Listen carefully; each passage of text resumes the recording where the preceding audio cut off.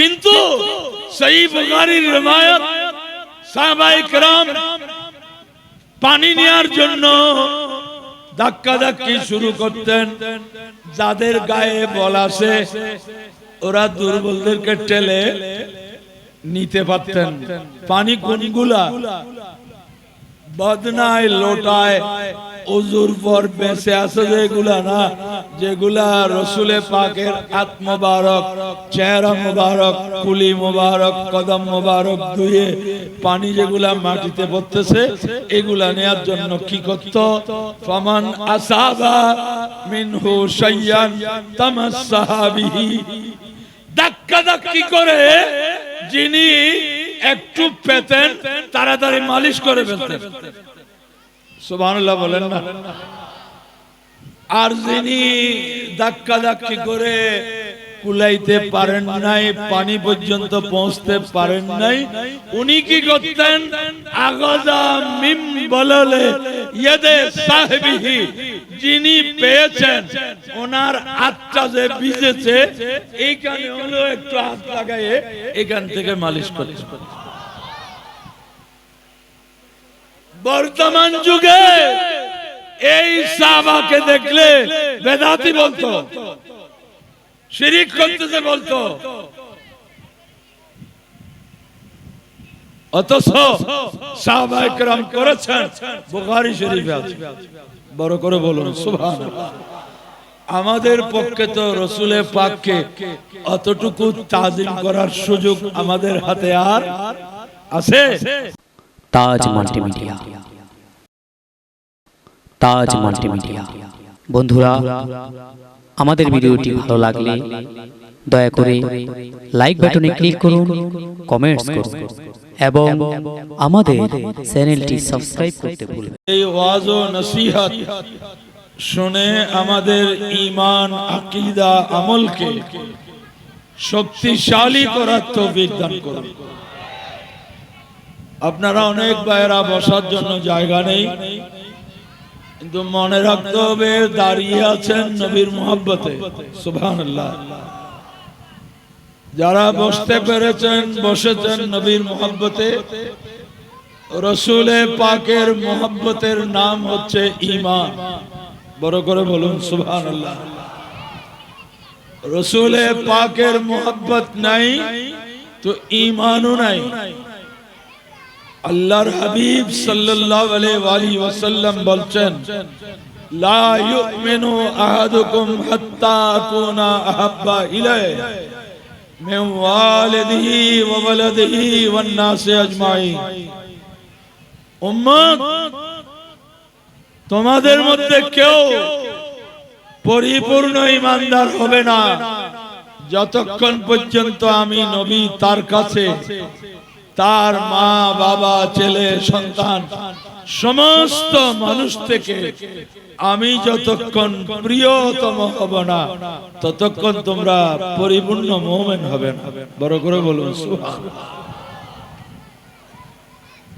ওলে মুমিনে কামিল হতে হলে রসুলে পাককে সবকিছুর থেকে বেশি ভালোবাসতে হবে, বেশি মোহাব্বত করতে হবে। সুবহানাল্লাহ। আমি আয়াতে পাক তেলাওয়াত করি নাই, কারণ অনেক সময় হয়ে গেছে। আমি এই প্রসঙ্গে দুই একটা কথা বলে আমার বক্তব্য শেষ করে দেব। কথা হচ্ছে কি, কার থেকে বেশি? মিন ওয়ালিদিহি ওয়া ওয়ালাদিহি ওয়ান নাসি আজমাইন। মা বাবা থেকে, ছেলে সন্তান থেকে, সকল মানুষ থেকে রসুলে পাককে সবচেয়ে বেশি মহব্বত করতে হবে। সুবহানাল্লাহ। কিন্তু লক্ষ্য করুন, এখানে একটা বিষয় নাই যে নিজের প্রাণের চেয়েও রসুলে পাককে বেশি মহব্বত করতে হবে, সেটা এই হাদিসে নাই। কিন্তু আমরা বিশ্বাস করি ঈমানদারকে রসুলে পাক সাল্লাল্লাহু আলাইহি ওয়াসাল্লামকে প্রাণের চেয়েও বেশি ভালোবাসতে হবে। সুবহানাল্লাহ। প্রাণের চেয়েও বেশি ভালোবেসেছেন বলে সাহাবায়ে কেরাম অতি উৎসাহ সহকারে শাহাদাত বরণ করেছেন। সুবহানাল্লাহ।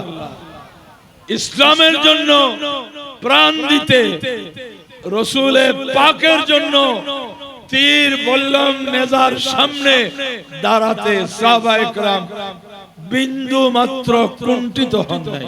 সুবহানাল্লাহ। উহুদের ময়দানে প্যারা নবী সাল্লাল্লাহু আলাইহি ওয়াসাল্লামের দাঁত মোবারক শহীদ হয়েছে, রক্ত ঝরছে, মাথা মোবারকে আঘাত হয়েছে, রক্ত ঝরছে। হযরতে মালিক বিন সানান, সবাই বলুন রাদিয়াল্লাহু তাআলা আনহু, সাহাবীয়ে রাসূল, আমার প্যারা নবীর খুনে পাক রক্ত মোবারক যেগুলো পড়তেছে এগুলো খেয়ে ফেলতেছেন। সুবহানাল্লাহ বলেন না? আচ্ছা বলুন, রক্ত খাওয়া হালাল না হারাম? হারাম। কোরআনে পাকে আল্লাহ বলেছেন, ইন্নামা হাররামা আলাইকুমুল মাইতাতা ওয়াদ-দামা, আল্লাহ তোমাদের উপর মৃত প্রাণী এবং রক্ত পান করা হারাম করেছে। কোরআনে পাকের আয়াত। রাসূলে পাকের সাহাবী কোরআন শরীফ জানতেন না? বলেন না, জানতেন কি না? তো জেনেও রক্ত পান করে ফেলতেছেন যে। আচ্ছা, সাহাবী জানেন না জানেন তাক, রাসূলে পাক তো জানেন।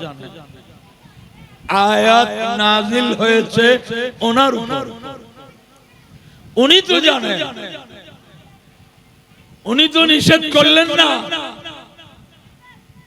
আয় মালিক বিন সানান, তুমি কি পাগল হইছো? কোরআন যেটা নিষেধ করেছে তুমি পান করে ফেলতেছো। রাসূলে পাক সেই কথা বলেন নাই, বরং উনি ইচ্ছে মতো পান করে ফেলছেন, খুনে পাক মাটিতে পড়তে দেন নাই। বড় করে বলুন সুবহানাল্লাহ।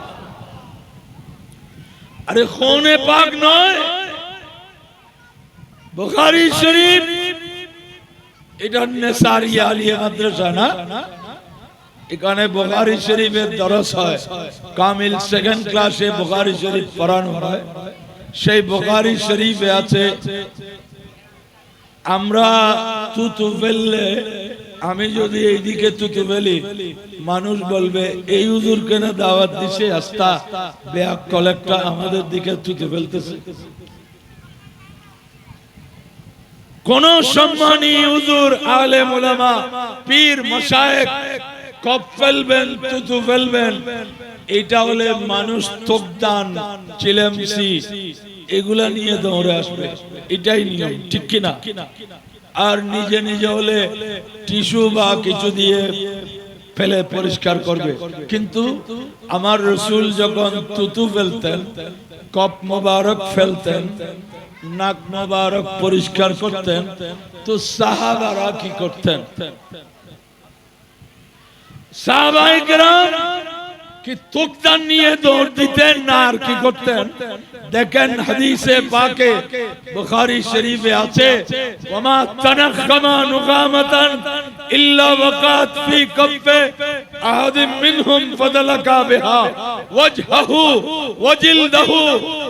হাদিসে পাক বর্ণিত হচ্ছে, আমার প্যারা নবী রাসূলে আরবী, আফতাবে রিসালাত, সুলতানে নবুয়ত, শাহনশাহে দু আলম, নূরে মুজাসসাম মুহাম্মদুর রাসূলুল্লাহ সাল্লাল্লাহু আলাইহি ওয়াসাল্লাম যখন তুতু ফেলতেন, কপ মুবারক ফেলতেন, নাক মুবারক পরিষ্কার করতেন, সেটা সাহাবীরা মাটিতে পড়তে দিত না, কারো না কারো হাতের তালুতে পড়তো। ওনারা হাত বসায় দিতেন, তারপর কি করতেন? নিয়ে ধুয়ে ফেলতেন। না না, ফাদালাকা বিহা ওয়াজহাহু ওয়াজিলতাহু, বুকে বুকে মুখে মালিশ করে ফেলতেন। ইনি হচ্ছেন রাসূলুল্লাহ। নাকি আমাদের মতো মানুষ? হ্যাঁ, এখন তো মুসলমানের মধ্যে এমন কিছু মুসলমান আছে যারা বলে রসুল আমাদের মতো সাধারণ মানুষ। আচ্ছা, তুমি একটু তুতু ফেলে দেখো, নেয়া তো দূরের কথা, তোমার অবস্থা গাইল। আর সাহাবায়ে কেরাম রসুলে পাক তুতু ফেলতেছেন কিনা, কপ মোবারক ফেলতেছেন কিনা, নাক মোবারক পরিষ্কার করতেছেন কিনা, এটা দেখে থাকতেন, হাতে নিয়ে নিতেন, তাড়াতাড়ি মালিশ করে ফেলতেন। এটা আমাদের মতো মানুষ? মত বুঝে না, মত বুঝলেও হতো। এটা তো কাঁচা ফুল, ঠিক না? আর কতগুলো প্লাস্টিকের ফুল আছে, এগুলা কি? এটা আমি বলছি যে আপনারা বলতেছেন, এমনি জিজ্ঞেস করলে বলবে যে এগুলা কি? ফুল। আচ্ছা, এগুলা ফুল না ফুলের মতো? বলেন না। এটা হচ্ছে ফুল, আর ওগুলা ফুলের মতো। দুইটা কি এক না? এইটা এখানে রক্তিম লাল গোলাপ আছে, গোলাপের যে সুগন্ধি আপনি পাবেন, কিন্তু ওই গোলাপ যেটা আছে এইটাতে নাক ঘষতে ঘষতে নাক ছিঁড়ে রক্ত আসবে, তারপরে সুগন্ধি আসবে না। কেন? এটা ফুল নয়, ফুলের মতো। তো তুমি তোমার মতো কেমনে মনে করলা?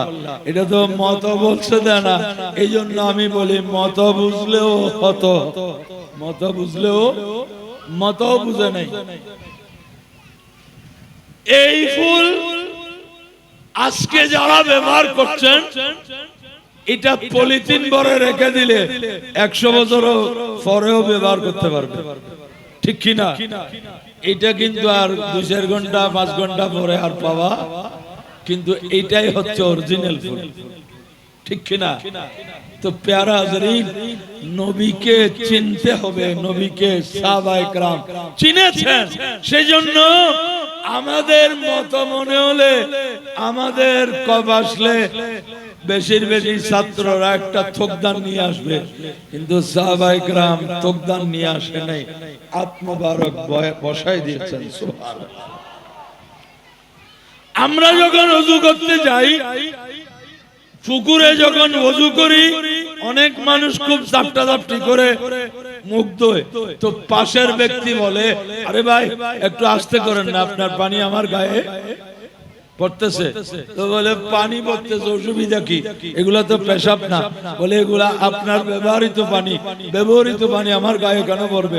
এগুলা তো ব্যবহৃত পানি, এক ধরনের অপবিত্র হয়েছে কিছুটা, এটা দিয়ে তো আর পবিত্রতা অর্জন করা যাবে না। এটাকে বলে মায়ে মুস্তামাল। এটা একেবারে নাপাক না হলেও কিন্তু এইটা দিয়ে আরেকবার ওযু করা যাবে না। কিন্তু আমার প্যারা নবী সাল্লাল্লাহু আলাইহি সাল্লাম যখন ওযু করতে বসতেন, তো সাহাবায়ে কেরাম ধাক্কা ধাক্কি শুরু করতেন সামনে। আমরা ধাক্কা ধাক্কি করি তবরুক নেওয়ার জন্য, ঠিক না? প্রায় মাহফিলে দেখা যায় কিছু শ্রোতা মাশাআল্লাহ ওনারা অপেক্ষায় থাকেন কখন মারহাবা আয়া পড়তেছে, ঠিক না? মারহাবা আয়া পড়বে মানে মাহফিল কি? উনি ওয়াজের দরকার নেই, একটা প্যাকেটের দরকার। তো প্যারা হাজরিন, আমার নবী যখন ওযু করতে বসতেন, তো সাহাবারা সামনাসামনি হুজুরের সামনে ধাক্কা ধাক্কি করতেন। কি জন্য? এই যে রাসূলে পাক সাল্লাল্লাহু আলাইহি সাল্লাম হাত মোবারক ধুচ্ছেন, পানিগুলা বেয়ে নিচে পড়তেছে, এগুলা নেওয়ার জন্য। সুবহানাল্লাহ বলেন না? এটা বুখারী শরীফের হাদিস। আজকাল তো বুখারী শরীফের হাদিস ছাড়া আর মানে না, কিন্তু ওরা এই হাদিস বলে না, এই হাদিস ওরা শুধু দু চারটা হাদিস বলে, একটা হচ্ছে বারবার হাত তুলতে হবে, আরেকটা হচ্ছে এখানে হাত বাঁধতে হবে, আরেকটা হচ্ছে আমিন বড় করে বলতে হবে, আরেকটা হচ্ছে ফাঁক করে দাঁড়াইতে হবে। মনে হয় বুখারী শরীফে আর হাদিস, কিন্তু সহিহ বুখারীর riwayat সাহাবায়ে কেরাম পানি নেওয়ার জন্য ধাক্কাধাক্কি শুরু করতেন। যাদের গায়ে বল আছে ওরা দুর্বলদেরকে ঠেলে নিতে পারতেন। পানি কোনগুলা? বদনায়, লোটায়, ওযুর পর বেঁচে আছে যেগুলা না, যেগুলা রসুলে পাকের হাত মোবারক, চেহারা মোবারক, কুলি মোবারক, কদম মোবারক ধুয়ে পানি যেগুলা মাটিতে পড়তেছে, এগুলা নেয়ার জন্য কি করত? ফামান আসাবা মিনহু শাইয়ান তামাসসাহা বিহি, ধাক্কাধাক্কি করে যিনি একটু পেতেন তাড়াতাড়ি মালিশ করে ফেলতেন। সুবহানাল্লাহ বলেন না। আর যিনি ধাক্কাধাক্কি করে কুলাইতে পারেন নাই, পানি পর্যন্ত পৌঁছতে পারেন নাই, উনি কি করতেন?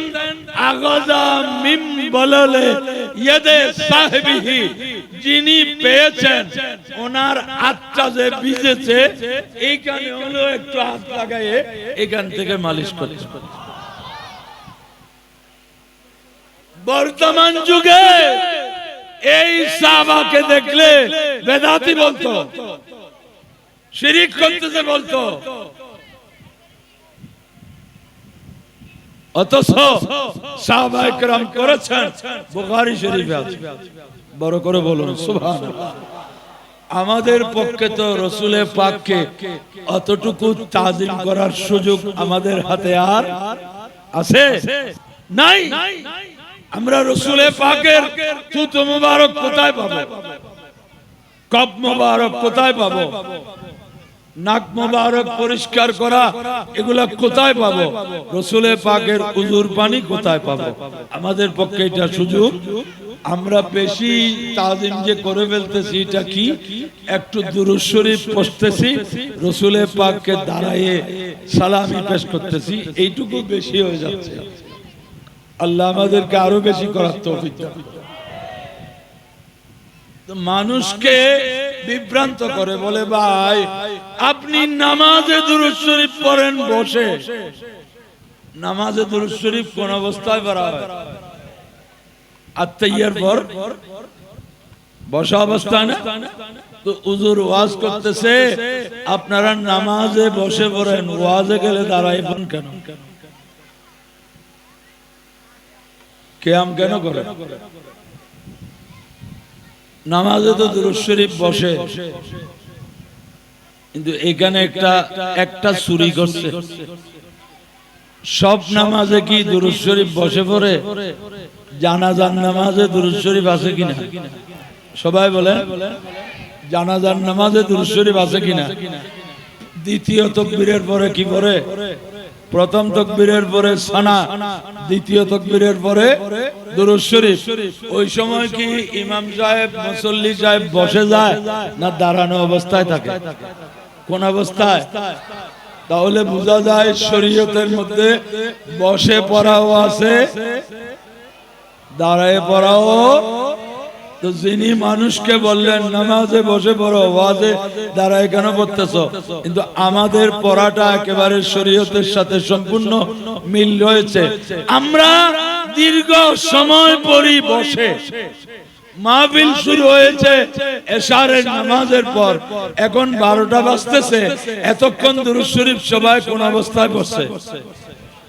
সব নামাজ, ফরজ নামাজ, ওয়াজিব নামাজ, সুন্নাত নামাজ, নফল নামাজ, সব নামাজে দুরূদে পাক বসে, কিন্তু একটি নামাজে দুরূদে পাক দাঁড়ায়, সেটা হচ্ছে জানাজার নামাজ। কোন নামাজ? আমাদের মাহফিলেও দীর্ঘক্ষণ বসে, অল্প কিছুক্ষণ দাঁড়ায়। সব নামাজে বসে, একটি নামাজে দাঁড়ায়। সুতরাং শরীয়তে বসে দুরূদ শরীফ পড়াও আছে, দাঁড়ায় দুরূদ শরীফ পড়াও আলহামদুলিল্লাহ। সুন্নিদের কাছে বসে পড়ারও আছে, দাঁড়ায় পড়ারও, কিন্তু কিছুদের কাছে শুধু একটা আছে আর একটা নাই। ঈদে মিলাদুন নবী অর্থ কি? রসুলে পাকের শুভাগমনের খুশি। আমি পুরা বাংলাদেশ নয়, পুরা পৃথিবীর মুসলমানের কাছে জানতে চাই, রসুলে পাক এসেছেন, খুশি না না? আপনারা তো খুশি বুঝলাম। আচ্ছা, আপনি কি মনে করেন মুসলিম পরিচয়ে কোন মানুষ কি বলবে যে রসুল এসেছেন আমি খুশি না? এটা কোন মানুষ বলবে? ইনি মিলাদুন নবী করুক বা না করুক, আপনি যখন জিজ্ঞেস করবেন ভাই আপনি মিলাদুন নবী করেন বা না করেন, এতটুকু বলেন যে রসুলে পাকের বেলাদত, রসুলে পাকের জন্ম মুবারক, রসুলে পাকের শুভাগমনে আপনি খুশি না বেজার? বলে কি বলেন ভাই, মুসলমান আমার না খুশি হতে পারে? তো বলে আপনি যদি খুশি হন তো ঈদ মিলাদুন নবীর বিরোধিতা কেন করেন? ঈদে মিলাদুন নবীর অর্থই তো হচ্ছে রসুলে পাকের শুভাগমনের খুশি। বড় করে বলুন সুবহানাল্লাহ। বাংলায় বললে জায়েজ, সিটাঙ্গে ভাষায় বললে জায়েজ, আরবি ভাষায় বললে বেদাত। এটা কোন ফলসফা, কোন দর্শন আমাদের বুঝে আসে না। যে রসুল এসেছেন আমি খুশি, বিলকুল জায়েজ। আপনি খুশি, বিলকুল জায়েজ। তিনি খুশি, তারা খুশি, ওরা খুশি, আমরা খুশি, যারা খুশি তারা খুশি। কিন্তু আরবিতে বললে বেদাত, ঈদে মিলাদুন নবী বলা যাবে না। আবার কেউ কেউ বলতে চাচ্ছে বেশি বললে মিলাদটা বলো, ঈদ বলিও না। ঈদ তো এবার কেটে দিছিল, ঈদ কেটে দিছিল, কিন্তু অবস্থা বুঝে আবার তলে কাটলে কোন দলিলে, লাগাইলে কোন দলিলে। কিছুক্ষণ আগে না জায়েজ ছিল, 2-4 ঘন্টা পরে আবার ঈদ জায়েজ হয়ে গেল। এটা তো আপনাদের বিশ্বস্ততা মানুষের কাছে প্রশ্নবিদ্ধ হচ্ছে। ঈদ মানে খুশি, কোন খুশি?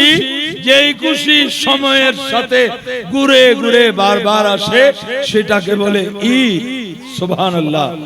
ঈদুল ফিতর রমজানের পরে শাওয়াল চাঁদ উদিত হয়, শাওয়ালের প্রথম তারিখ, এটা 1 বছর পর পর ঘুরে ঘুরে আসে, সেজন্য সেই আনন্দকে ঈদ বলে। কুরবানি 10ই জিলহজ, সেটা প্রতি বছর ঘুরে আসে, সেই জন্য ঈদ বলে।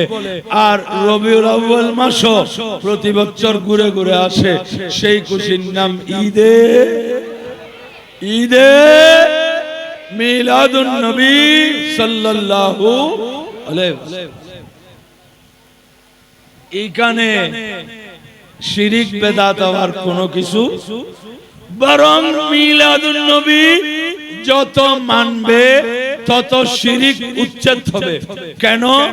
নবীদের মুজিজা দেখে অনেক মানুষ নাউজুবিল্লাহ নবীকে খোদা বলছে। নাউজুবিল্লাহ বলেন, না হলে খোদার পুত্র বলছে।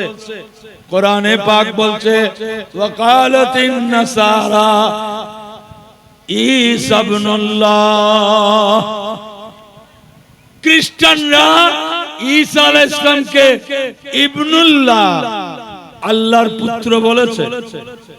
নাউজুবিল্লাহ বলেন না। আল্লাহ থেকে কি ছেলে মেয়ে আছে? লাম ইয়ালিদ ওয়া লাম ইউলাদ। আল্লাহ জন্ম দেন না, জন্ম হয় নাই, এটাই হচ্ছেন আল্লাহ। জন্ম হলে এটা আল্লাহ না, জন্ম হলে এটা।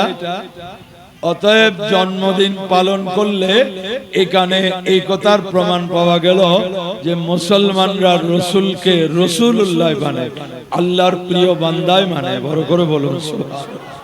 ওয়াকালাতিল ইয়াহুদু উযাইর ইবনুল্লাহ, ইহুদিরা ওজাইর আলাইহিস সালামকে আল্লাহর পুত্র বলছে, কিন্তু আমাদের নবীর এত মুজিজার পরেও মুসলমান রাসূলুল্লাহকে ইবনুল্লাহ বলে নাই, কিছুই বলে নাই, বলছেন কি রাসূলুল্লাহ।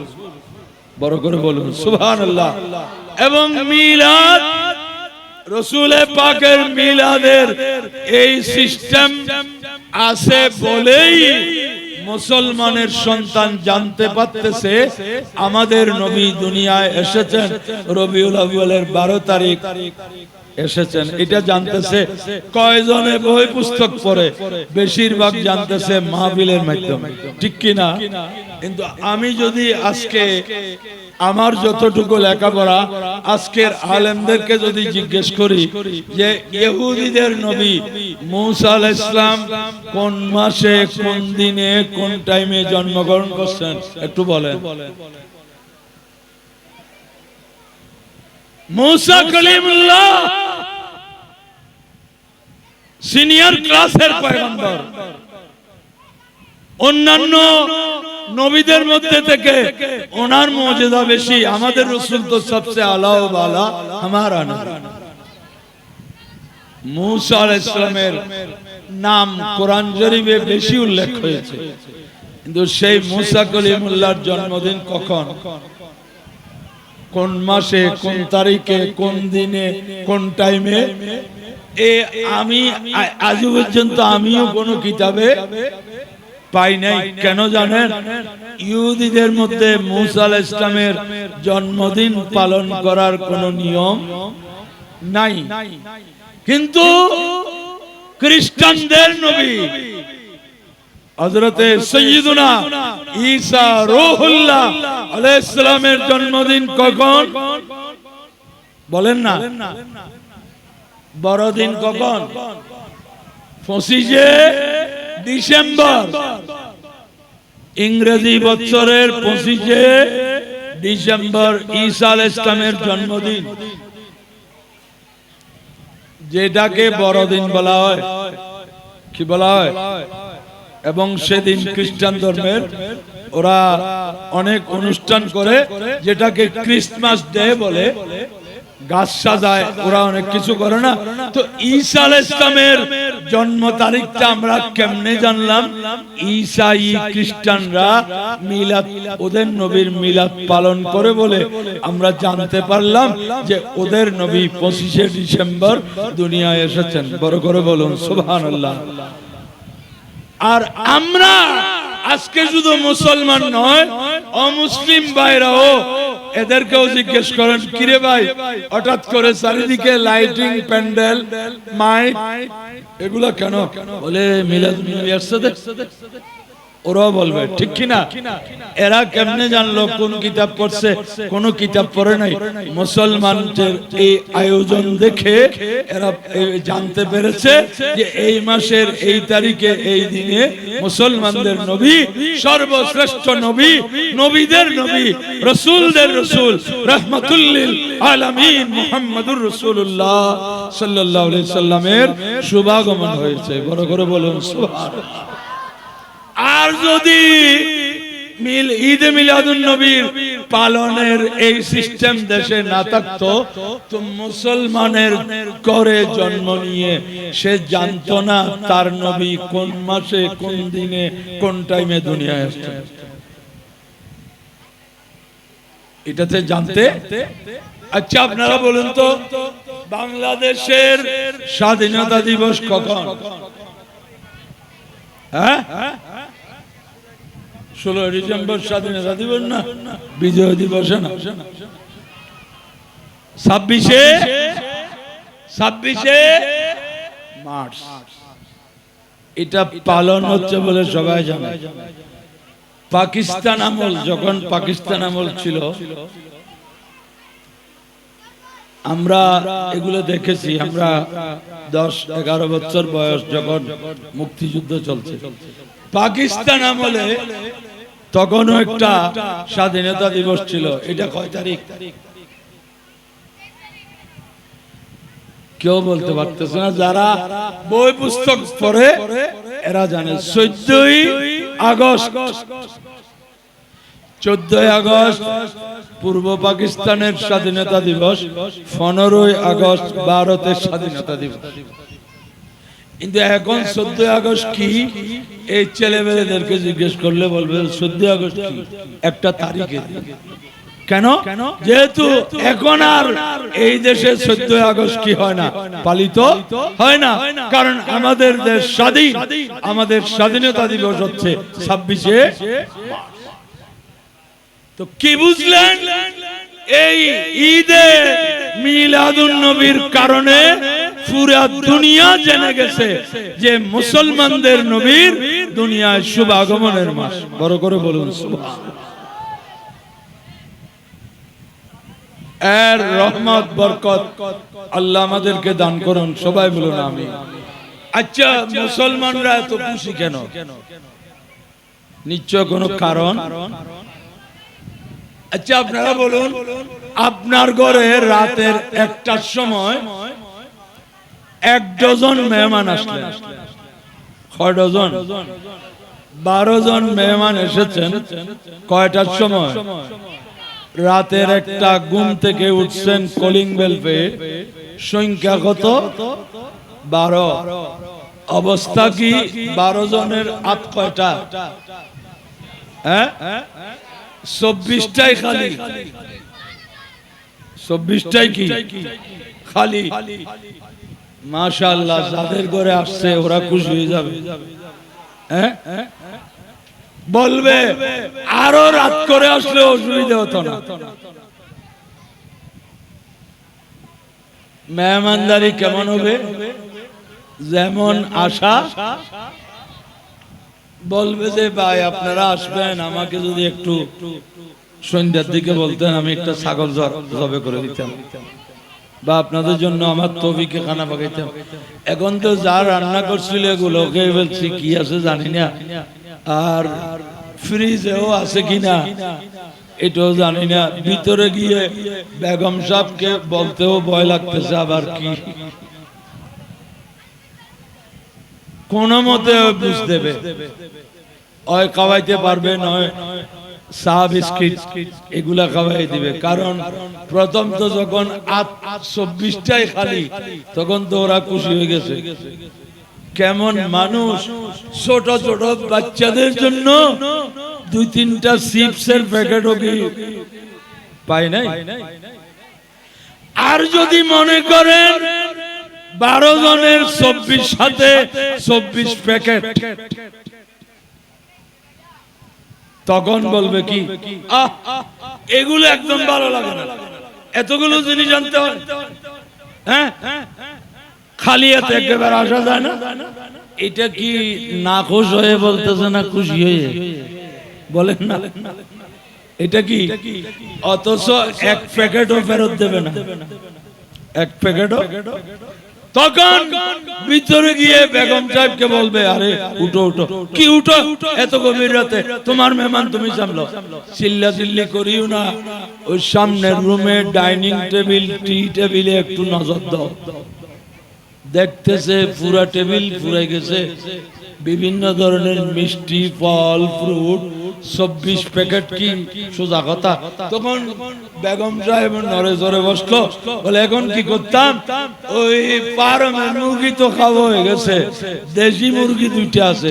তো জামাই বলতেছে যা আনছে না, দেশি মুরগি খাওয়াইলেও গুনাহগারি হবে না। দেশি মুরগি খাওয়াইলেও। আমার নবী এসেছেন, গোটা সৃষ্টি জগৎ স্বয়ং স্রষ্টাও খুশি। আল্লাহ বলেন আমি পাঠায়ে খুশি, আর ইমানদাররা পেয়ে খুশি। কেন খুশি?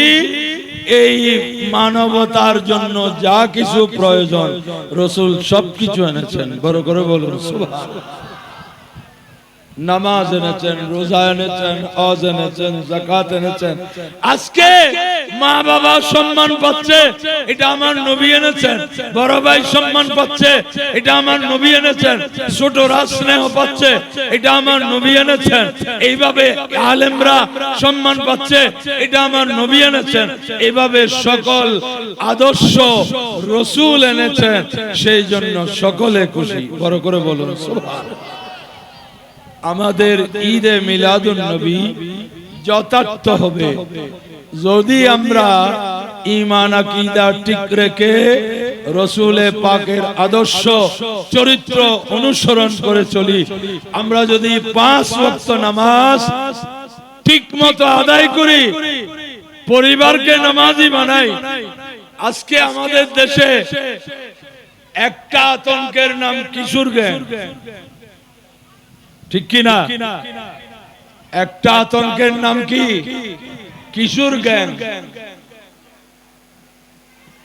যুবক গ্যাং এর জ্বালায় থাকা যায় না, এখানে আবার কিশোর গ্যাংও যদি হয় তো মুসিবত বাড়লো না কমলো। কিন্তু কিশোর গ্যাং সৃষ্টি হবে মা বাবার অবহেলা থাকে। আপনি মা বাবা আপনার ছেলে মেয়ে কার সাথে মিলছে, কি করছে, আপনি কিশোর খবর রাখবেন না, তো আপনার ছেলে কিশোর গ্যাংয়ের সদস্য না হয়ে কি হবে? আপনি জন্ম দিয়েছেন, শেষ নয় দায়িত্ব। তাকে সুশিক্ষা দেওয়ার দায়িত্ব মা বাবার, ঠিক কি না? আমার নবী বলেছেন, উম্মত তোমার শিশু ছেলে মেয়ে 7 বছর বয়স হলে তাকে নামাজের নির্দেশ দাও। কয় বছর? অথচ 7 বছর বয়সে নামাজ ফরজ হয় না। ওয়াদরিবুহুম ইযা বালাগু আশরা, উম্মত মারিয়ে পিটিয়ে শাসন করে নামাজ পড়াও যখন 10 বছর বয়স হবে। অথচ 10 বছরেও নামাজ কি হয় না? ফরজ হয় না।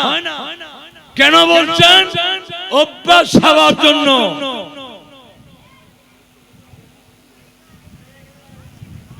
অথচ আজকে আমরা এমন মা বাবা আছি, 7 বছরের শিশু, 10 বছরের শিশু নয়, 40 বছর বয়সের মা বাবা নামাজ পড়ে আছে কিনা?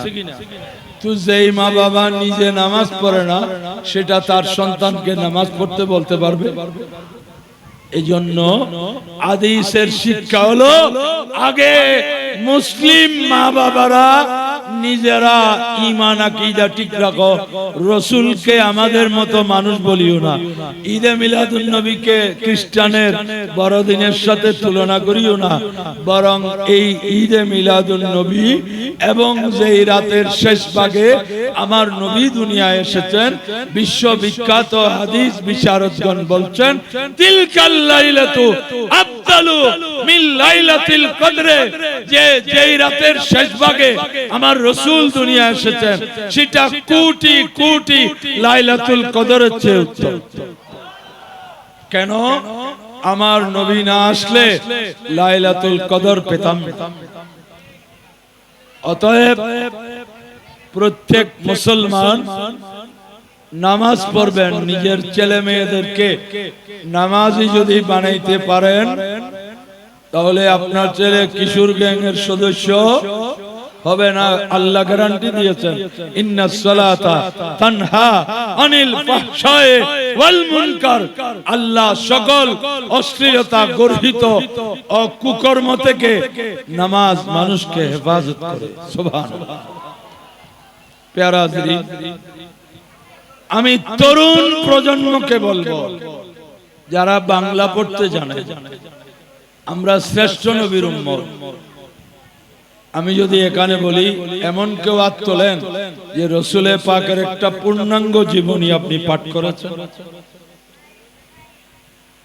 পাওয়া কঠিন হয়ে যাবে। কিন্তু আমাদের উচিত, আমি মুসলমান হিসেবে আমার রাসূল যে সর্বশ্রেষ্ঠ, যেটা আমরা নাতিয়া কালামে বলছি, সবসে हमारा नबी सबसे बा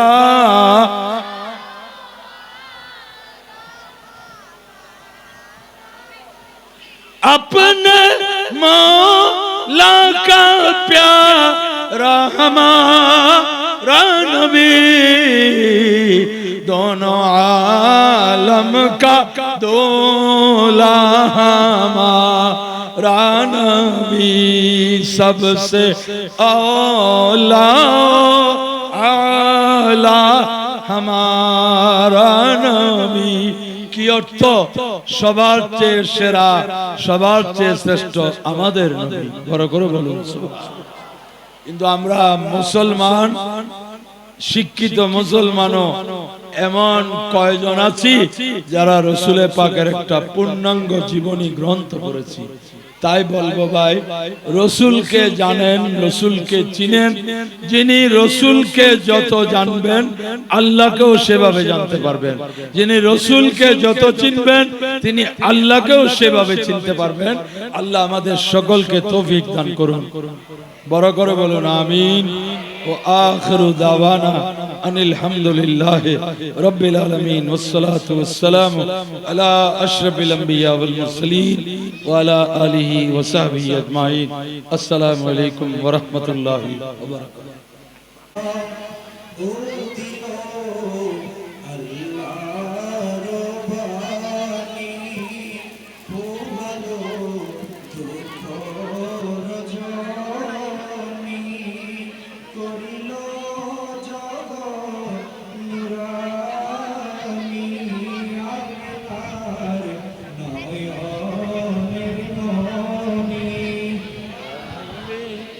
सलाम अलैका या रसूल, सलाम अलैका या हबीब,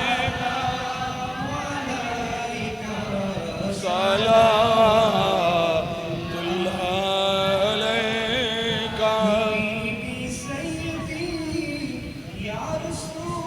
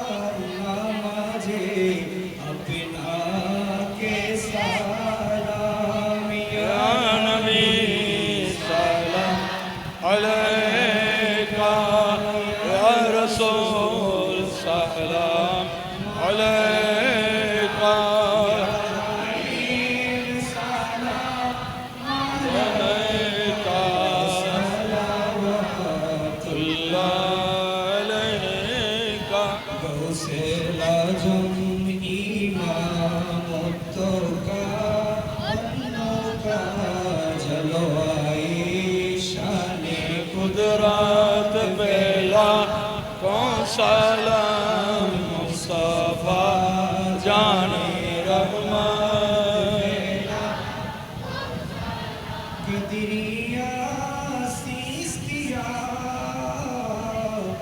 नक्शबंदिया मुझे दिया चारों बागे तोरी कद बेला कौन सलाम मुस्तफा जाने रहमान